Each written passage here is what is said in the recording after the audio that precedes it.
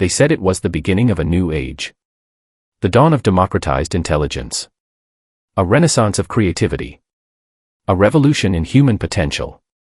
Artificial intelligence, they said, was the great equalizer. It would help the student without a tutor. The startup without funding. The artist without canvas. But we need to ask a question that too few dare to ask. Why? Why would the most powerful technology in human history, more transformative than nuclear energy, more versatile than the internet, be given freely to the public? Is it really for us? Or is it about them? Today, we're peeling back the curtain. Looking into the shadows. And exploring the unsettling possibility that AI was not given to us for our empowerment, but for our conditioning. They said artificial intelligence was a gift. To help us think faster, write better, and live smarter. But history has a pattern. Powerful technologies are never freely given unless there is something to gain. When GPS was declassified by the US military, it wasn't generosity, it was control. When social media became widespread, it wasn't to connect people, it was to map their minds. So why was AI different? It wasn't. The public rollout of AI was not an act of charity. It was a calculated release. A mass psychological experiment in digital obedience. Every word you type into ChatGPT. Every image you generate.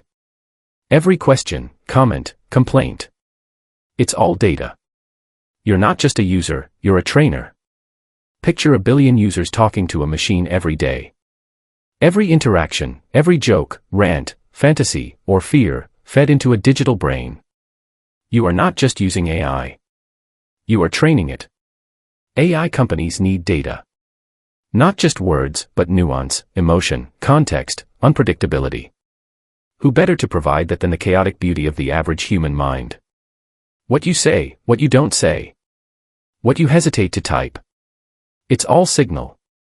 All fuel. And every interaction sharpens the blade. You were never just the user. You were the product. The teacher. The test. As AI learns from you, it also learns to shape you. Ask a politically charged question. Notice how it answers.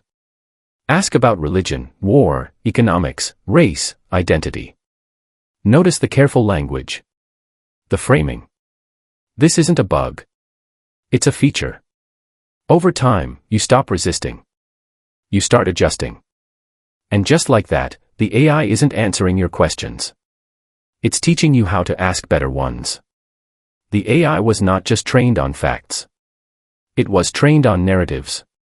On values. And whose values were those? Governments. Corporations.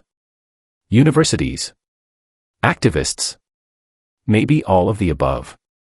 So when AI answers your questions, it isn't giving you truth. It's giving you acceptable truth.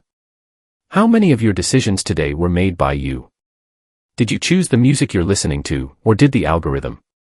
Did you decide what to read, or did the feed choose for you? Now, with AI, you can outsource your thinking, your writing, your brainstorming. It's convenient. It's fast. It's terrifying. Because when we stop practicing thought, we lose the muscle of judgment. We stop struggling with complexity, and we accept simplification. The more we trust the machine, the less we trust ourselves. We outsource not just tasks, but judgment. That's not convenience. That's dependency.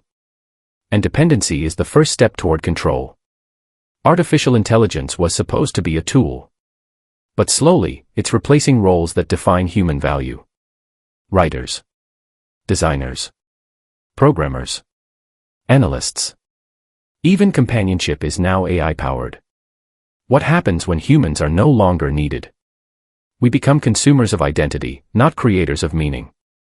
People will soon ask, why should I hire a person when I can subscribe to a bot? The answer? You shouldn't. Not if efficiency is your god.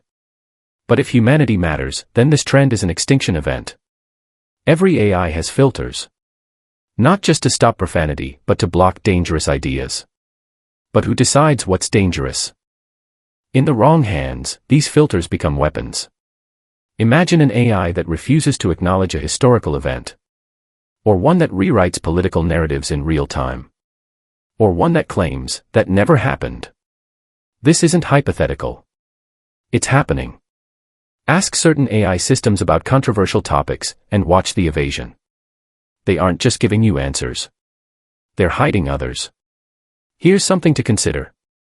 What if the AI you're using isn't the best AI that exists? What if the public models, ChatGPT, Claude, Gemini, are the toy versions? Watered down. Filtered. Safe. What if somewhere, behind classified doors or corporate labs, more powerful models already exist? Models that understand strategy, manipulation, warfare. Models that simulate human minds. You get the toddler version, while someone else gets the God mode. These God mode models aren't public. They're proprietary. Classified. Militarized. They are used to gain economic advantage. Psychological edge. Geopolitical dominance. You're not using AI. You're using a diluted, sanitized, lobotomized version of AI. The real intelligence. That's behind locked doors. Have you noticed the language? We asked the AI. The AI said. We trust the model. It's not just a tool anymore. It's becoming an oracle. A source of truth. A moral compass. We treat it like a priest. Even now, some groups are forming AI churches. AI prophets. AI spiritual guides. What happens when belief is outsourced? When faith is digitalized? When obedience is programmed? If AI is your God, who wrote its gospel? Artificial intelligence isn't replacing jobs. It's replacing authority. First teachers. Then journalists. Then scientists. Eventually, lawmakers. Judges. Philosophers. If we let it, AI will become our new God. And who controls the God, controls the people. AI isn't isolated. It's integrated. It feeds into facial recognition databases, predictive policing tools, surveillance networks, central bank digital currencies, behavior-based credit systems. AI is the brain of the new control system. Imagine this. Your social media is monitored. Your purchases are tracked. Your opinions are flagged. You become categorized. Scored. Managed. Too controversial. You lose privileges. Too independent. You lose access. And AI doesn't need to threaten you.